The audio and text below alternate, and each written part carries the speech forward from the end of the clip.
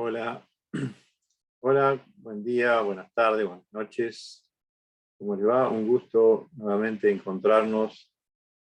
En esta oportunidad vamos a comenzar con la actividad, la clase número 1 de Salud Pública. Bueno, me presento para quienes no me conocen. Yo soy el doctor Neri Fures, soy profesor adjunto de la cátedra.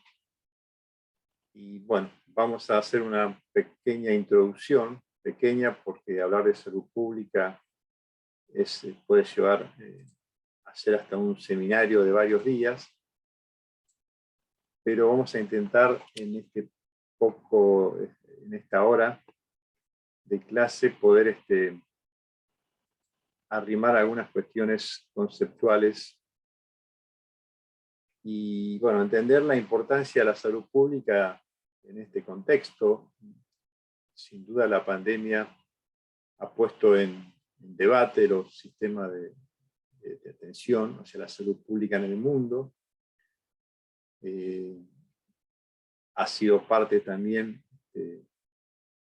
de la respuesta que se ha podido dar en poco tiempo, digamos, a esta tremenda pandemia que ha afectado y que muestra también las características de un mundo tan desigual, digamos, ¿no? Porque vimos que los sistemas de salud que creíamos que estaban perfectos, que siempre nos comparaban o decían que eran los mejores, también tuvieron los mismos problemas que los nuestros y que los que están en peores condiciones, en donde la mortalidad ha hecho estragos. Justamente son los sistemas o los países que pensábamos que tenían todo resuelto en su sistema de salud. Y esto demuestra la importancia, digamos, de la salud pública y de los sistemas de salud para dar respuesta ante estas situaciones, y por eso vamos a tener que incorporar, digamos, en esta charla esta mirada, digamos, ¿no? Esta mirada sobre los sistemas de salud. El objetivo de esta clase tiene que ver con hacer un análisis, conceptualizar y contextualizar a la salud pública como proceso histórico y social y su vínculo con la epidemiología. Un pequeño desarrollo a lo largo de la historia para ver cómo se ha instalado la salud pública como disciplina científica o como praxis, que es otro concepto que tiene que ver con la utilidad de la salud pública. Comprender los conceptos y propuestas metodológicas de la salud colectiva. Aquí vamos a hacer un análisis de esta nueva propuesta, esta nueva mirada que surge de diferentes países, fundamentalmente países latinoamericanos, con una posición contrahegemónica con respecto a la mirada clásica de la salud pública de los países dominantes.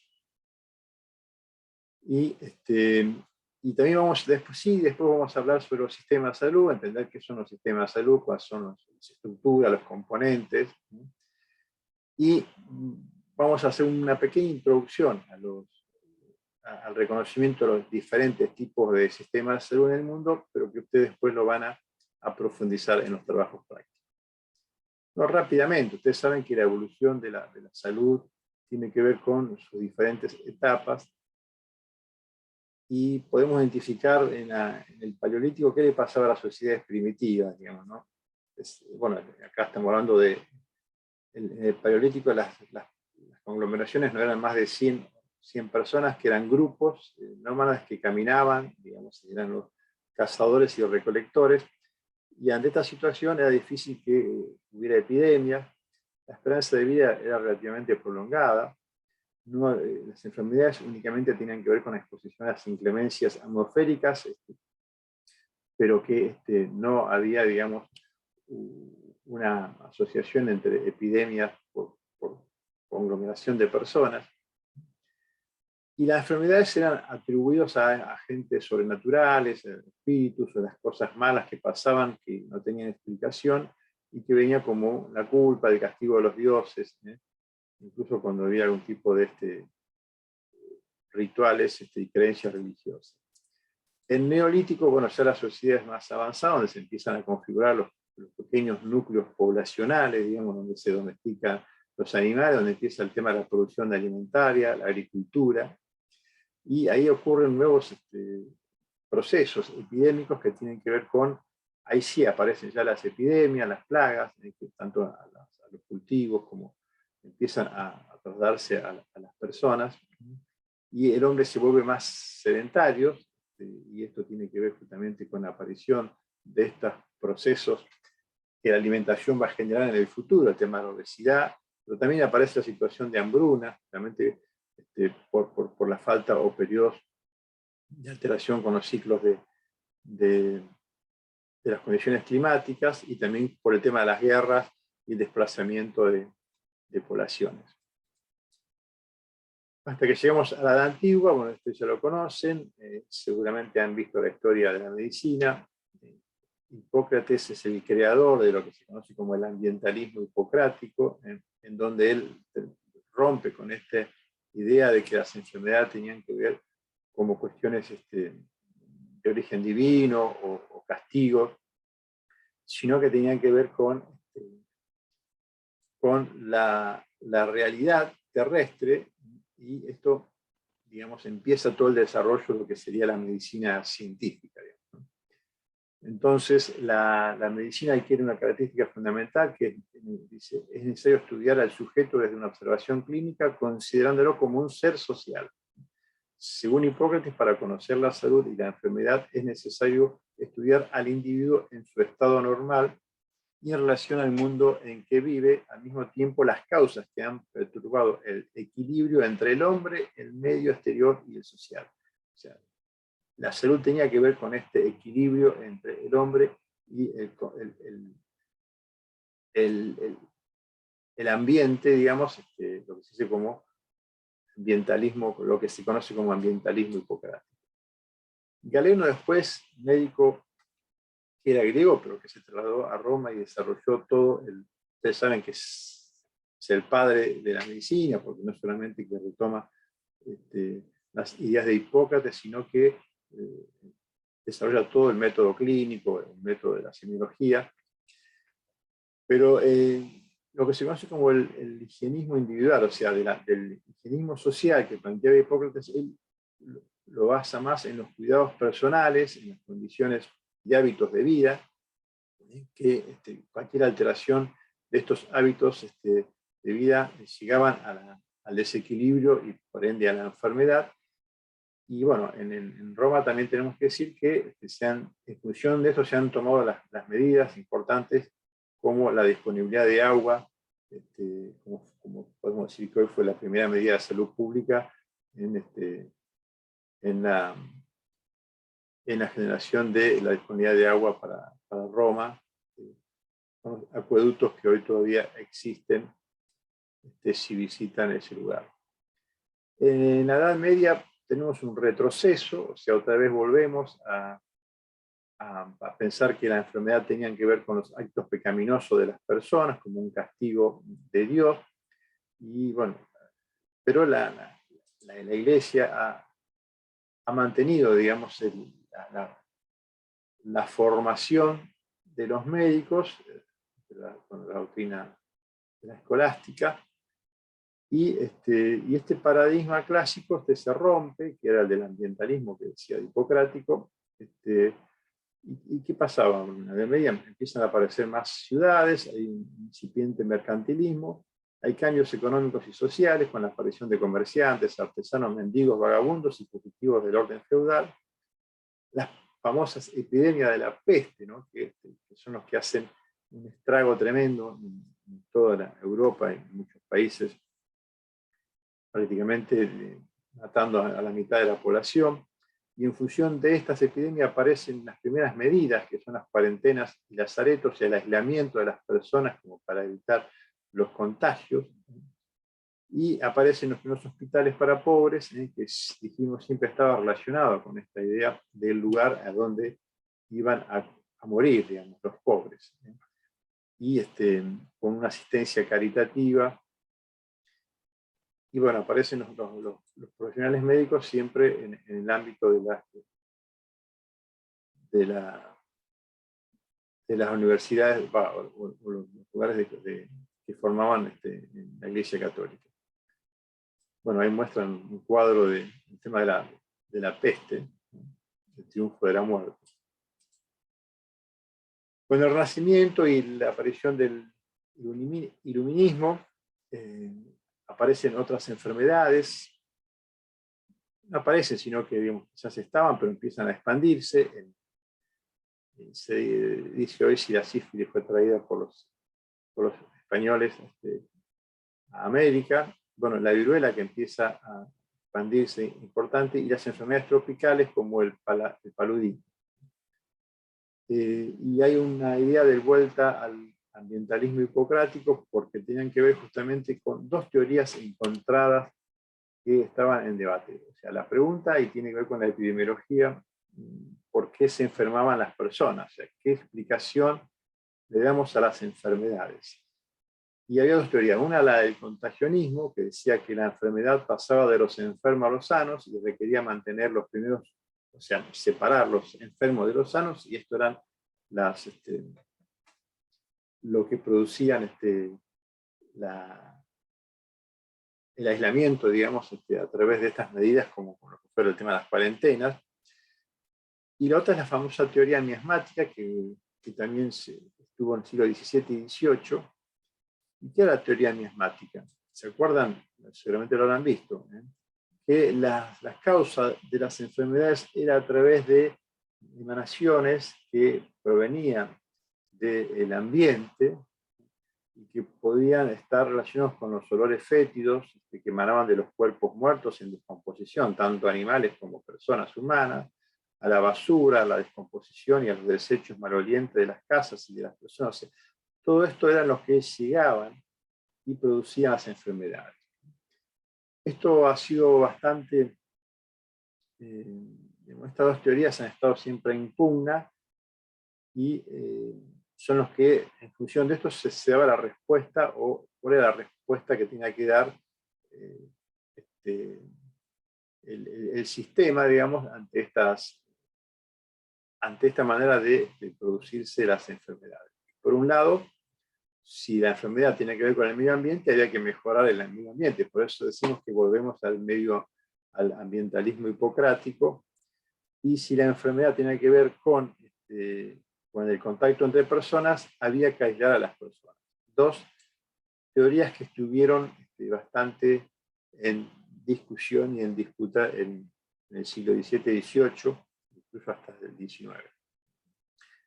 Bueno, ya más cerca del siglo XVIII y XIX aparece este señor, Johann Christian Frank, que se dice que a partir de él comienza el desarrollo, el nacimiento de la higiene pública en Alemania, en donde, bueno, una de estas frases dice que entre poco sirven las mejoras hechas en los hospitales si el pueblo sigue hambriento y pobre. Empieza a aparecer esta asociación entre las enfermedades y las condiciones sociales y de trabajo.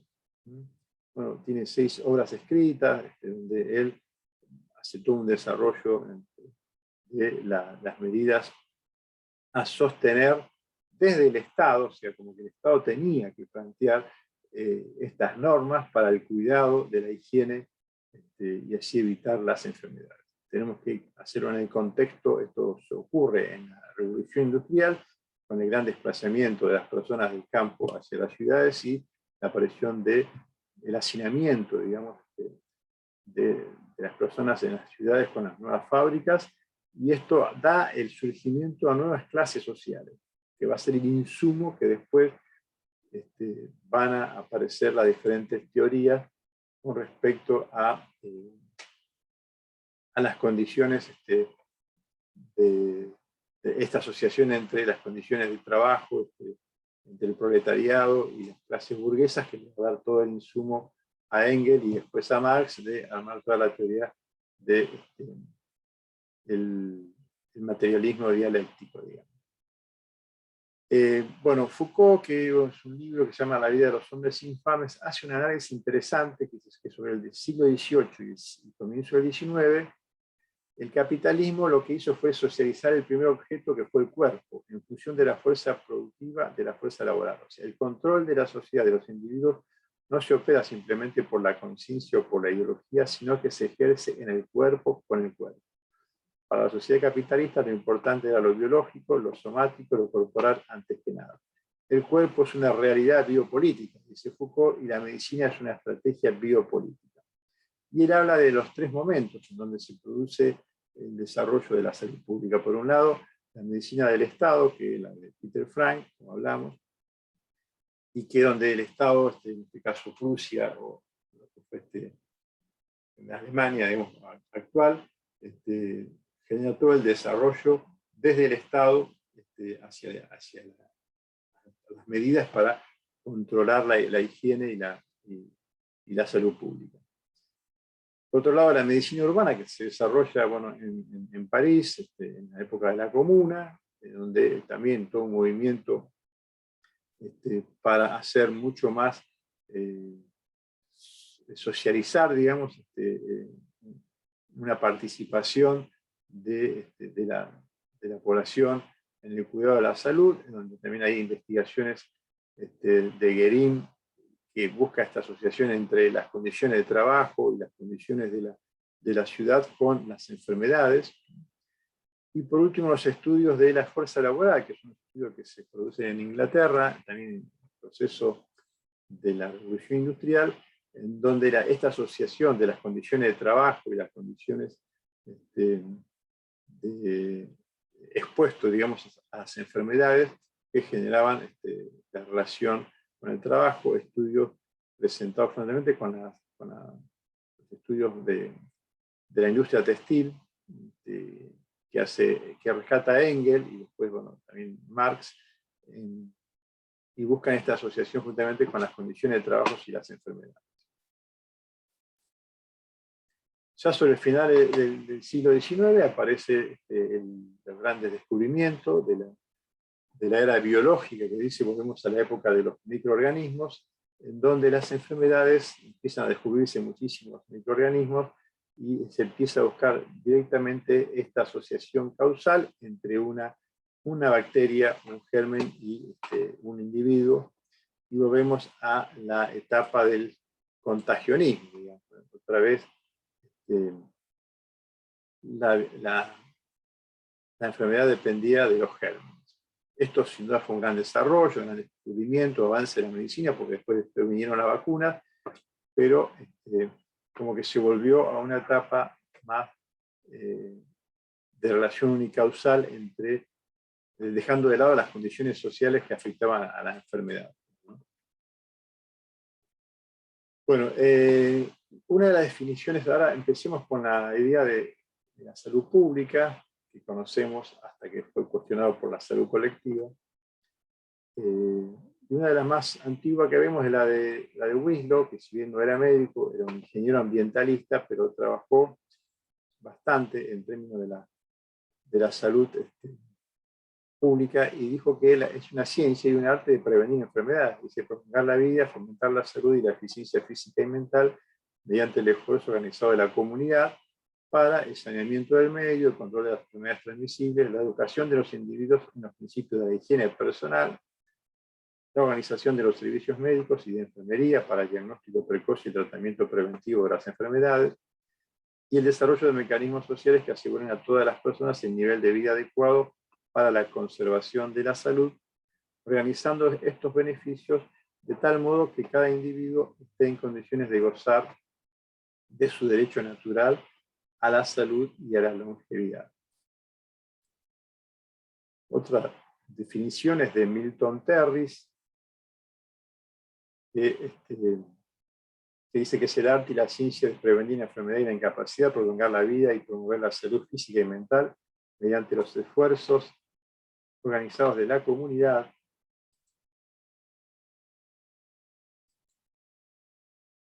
Otra definición más actual de la OMS y la salud pública es el esfuerzo organizado de la sociedad, principalmente a través de sus instituciones de carácter público, para mejorar, promover, proteger y restaurar la salud de las poblaciones por medio de actuaciones de alcance colectivo.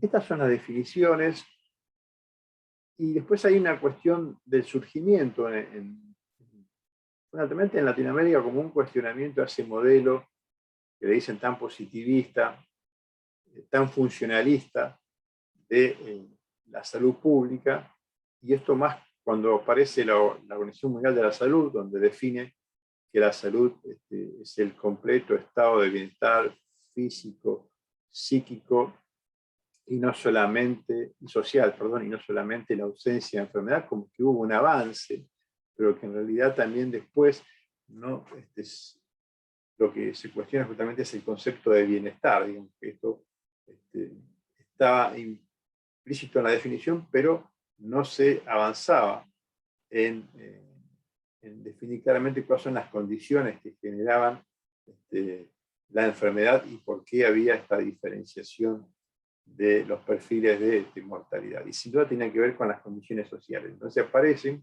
y las condiciones estructurales, digamos, que tienen que ver con las condiciones de vida de los pueblos, y esto sin duda había diferencias al interior de los países y del mundo, ¿no? Entonces surge un nuevo pensamiento que incorpora la sociología al campo de la salud pública y de la medicina. Uno de los primeros, más conocidos y el iniciador de esta corriente de la medicina social latinoamericana fue Julio César García, que es platense, que después estudió sociología en Harvard y después hizo todo este planteamiento de la nueva mirada sobre la salud pública, entendida que tenían que ver con las condiciones. Esto dio lugar a todo un movimiento en la década del 60 y del 70 de los países latinoamericanos en esta lucha por romper con esta estructura de dominación internacional y bueno, todo lo que ustedes conocen, lo que fue la lucha de los países por su independencia, por su liberación.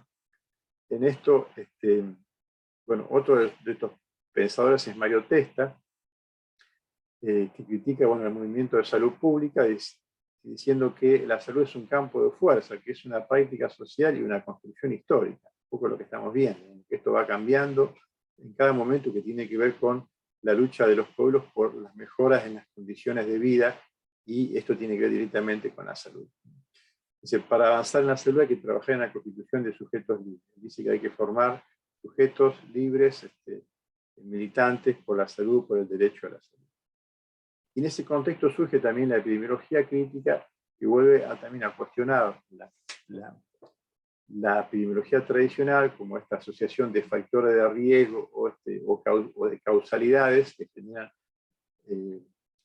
enfermedades por un análisis mucho más complejo que tiene que ver justamente con otras categorías que son las condiciones sociales, lo que hablan en la propuesta clásica de la medicina, que habla de los determinantes sociales, y por otro lado, la determinación social justamente que tiene que ver con el desarrollo de las condiciones que hacen diferentes perfiles de enfermar y de morir de los grupos o etnias.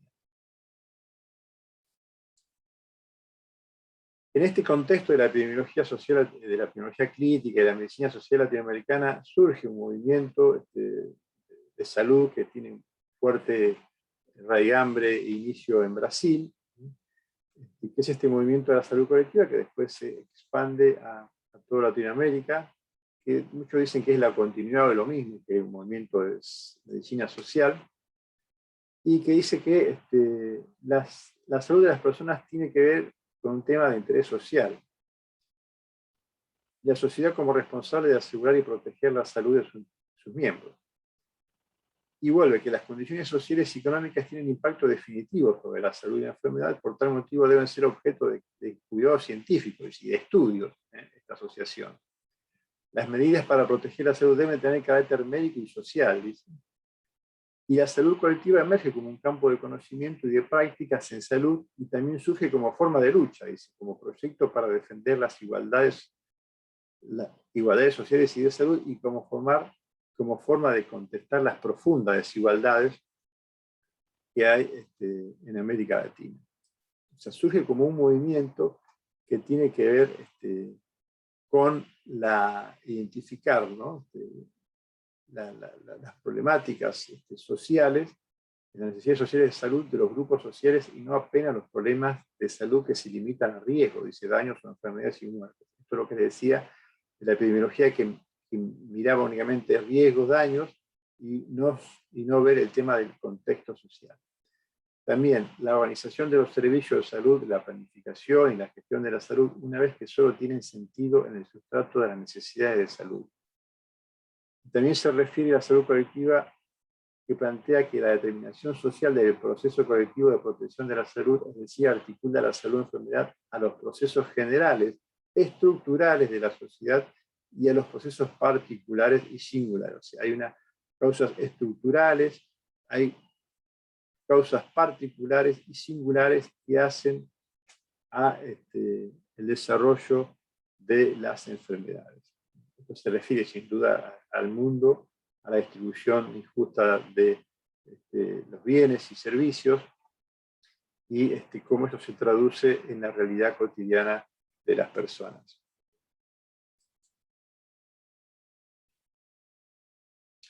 Entonces, ¿qué es la salud colectiva? Y se abarca un conjunto de complejos de saberes y prácticas, técnicas, científicas y culturales, ideológicas, políticas y económicas relacionadas al campo de la salud, involucrando desde las organizaciones que prestan asistencia a la salud de las poblaciones hasta las instituciones de enseñanza, en este caso la universidad, de investigación y organizaciones de la sociedad civil, que son los movimientos sociales, que pueden tener un carácter científico sindical interesadas en defender el sistema público de salud en el marco de la lucha por el derecho a la salud de la ciudadanía. Esto es lo que es la salud colectiva.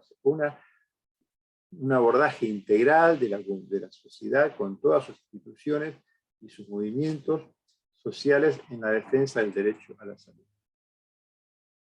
Bueno, el campo metodológico que utiliza no solamente el estudio de los causales, sino que lo asocia a los grupos sociales, a la etnia, a las cuestiones culturales. Propone también abordajes cuantitativos, o sea, no solamente abordajes cuantitativos, sino también cualitativos, que son esto es lo que se llama triangulación metodológica en los estudios, no solamente hacer asociaciones estadísticas cuantitativas de factores de riesgo, sino también ver esta medida mucho más comprensiva de cómo suceden los procesos de salud y enfermedad y las condiciones sociales. Dice, ¿para qué es importante la salud colectiva en la enseñanza académica? Para justamente la formación de nuevos sujetos para la producción de conocimientos, la transformación de las prácticas que contribuyan a comprender e interpretar las determinaciones sociales de la salud con el objetivo de superar las desigualdades económicas, sociales y sanitarias presentes en la sociedad donde subyacen las inequidades. O sea, a nosotros nos interesa enseñar salud pública o enseñar salud colectiva por estas condiciones, porque queremos que tiene que haber una identificación de los problemas, de lo que generan las causas de enfermedades y que tienen que ver con condiciones sociales, económicas, políticas y culturales. Bueno, ahora sí vamos a entender lo que son los sistemas de salud. O sea, vimos el abordaje desde la perspectiva de la salud pública, la salud colectiva, rápidamente, como en el tiempo no podemos profundizar todas estas líneas de pensamiento, pero sí, ahora vamos a abordar que una manera de dar respuesta a los procesos de salud o enfermedad es el sistema de salud. Y esto va a variar de acuerdo a la historia de cada país. Vamos a abordar en formas generales qué es un sistema de salud. Decimos que es un conjunto ordenado de instituciones, de personas, de legislación y procedimientos que articuladamente confluyen a un objetivo, que es lograr el mejor nivel de salud de una comunidad determinada. Ese es el objetivo de un sistema de salud, mejorar las condiciones de salud.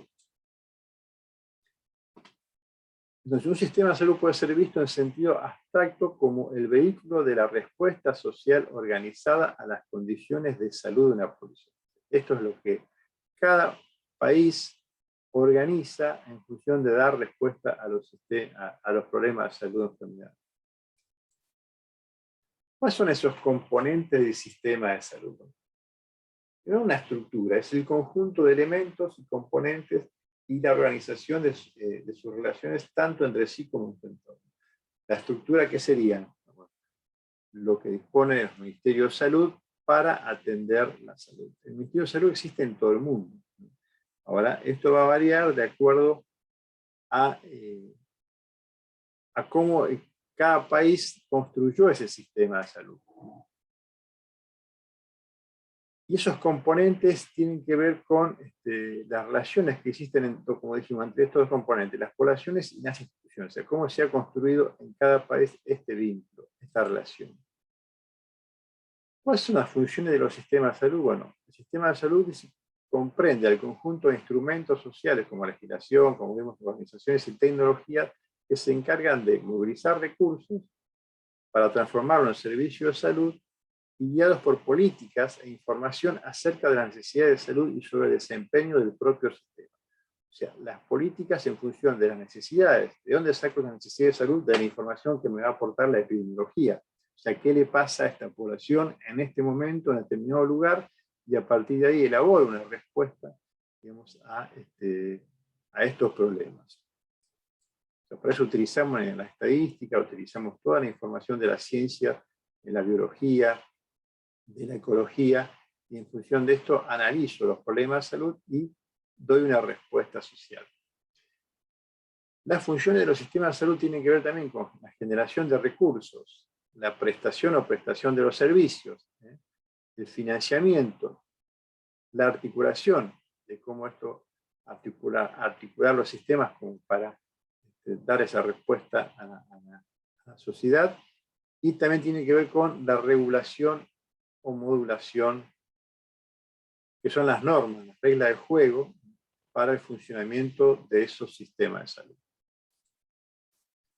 Bueno, la generación de recursos tiene que ver con, bueno, las tecnologías humanas, infraestructura, estos son los hospitales, la generación de la formación de médicos, de enfermeras, del equipo de salud a cargo de universidades o centros de investigación, y también, digamos, el estudio del famoso complejo médico-industrial, que es la ciencia, pero asociado a esto de la producción de vacunas y medicamentos, que sabemos que es un gran tema y que esto es una de las grandes negocios, si uno lo ve a la salud como un negocio, que muchos lo ven como un negocio, o si eso tiene que ser una respuesta a la salud como derecho, y no significa un lucro desmesurado con respecto a la producción de medicamentos y vacunas para garantizar la salud de la población. Este es el gran debate en el mundo y mucho más hoy en esta pandemia.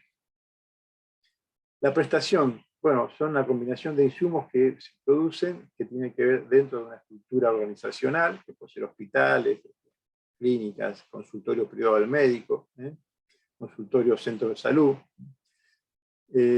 que conduce una serie de productos o servicios que generan un resultado a cambio de la mejora de las condiciones de salud de las personas y los individuos o la comunidad. Perdón, que se va. El otro es el financiamiento, o sea, cómo se financian, y esto también depende en qué modelo, en qué país hablamos. Y esto tiene que ver con los fondos que pueden ser, que se distribuyen y que pueden ser pocos o muchos, y acá vemos, por ejemplo, lo que pasó en Argentina. Esto es un análisis del año 2010, pero que no ha cambiado mucho, que la población cubierta por el Estado, que no tiene cobertura social, es del 34%, el privado es del 11%, y la seguridad social, que son los trabajadores, es el 55%. Pero los recursos tenemos que el público tiene únicamente el 20%, el privado consume el 43% para este 11%, y la seguridad social el 37% para una población del 55%. Esto habla de la inequidad y de este sistema que hablamos hoy, que es fragmentado y segmentado, y vemos que hay una inequitativa distribución de los recursos para atender la salud en Argentina. Tiene que ver con una decisión política que es el financiamiento. Y por último dijimos son las reglas de juego, que es la regulación. O sea, tiene que haber normas, en este caso las obras sociales se crearon y tienen que tener normas para su funcionamiento, el Estado tiene que tener normas para el funcionamiento, para regular los servicios de salud, y es necesario equilibrar y en Argentina, ya que no es un sistema único, digamos, equilibrar intereses de los diversos actores que componen todo el campo de la salud pública o la salud privada. Bueno, dijimos que el grado de control tiene que ver con los tres mecanismos, con la regulación del funcionamiento de las instituciones, con el financiamiento y con la prestación directa de los servicios. O sea, el control tiene que tener estas tres líneas de trabajo: la regulación, el financiamiento y la prestación directa de los servicios. Entonces, la relación entre el Estado y la población, dice, la relación del Estado con la población y sus organizaciones se da a través de principios que el propio Estado establece para regular el acceso de distintos grupos a los servicios de salud. Y esta relación se da a través de los diferentes modelos. Y acá hay un concepto que nos habla la organización OPS, en este caso, que es el concepto de aseguramiento. ¿Qué es el aseguramiento?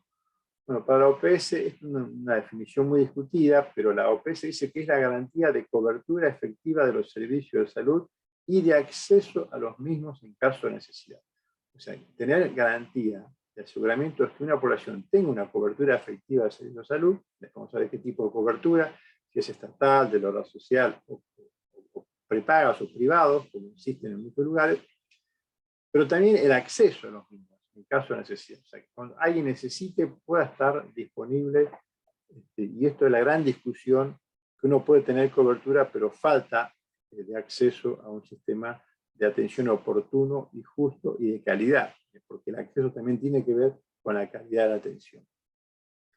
Y así tenemos los tres niveles de aseguramiento conocidos que ustedes van a profundizar después. El privado, aseguramiento individual o mercantil, alguien se paga un seguro de salud. Uno que es que es el aseguramiento compensatorio o residual, que es la asistencia social. El otro es el seguro social, que es un aseguramiento ocupacional o corporativo, que es la que aportan los trabajadores y se aseguran, digamos, ante contingencias que les puede pasar a su salud. El servicio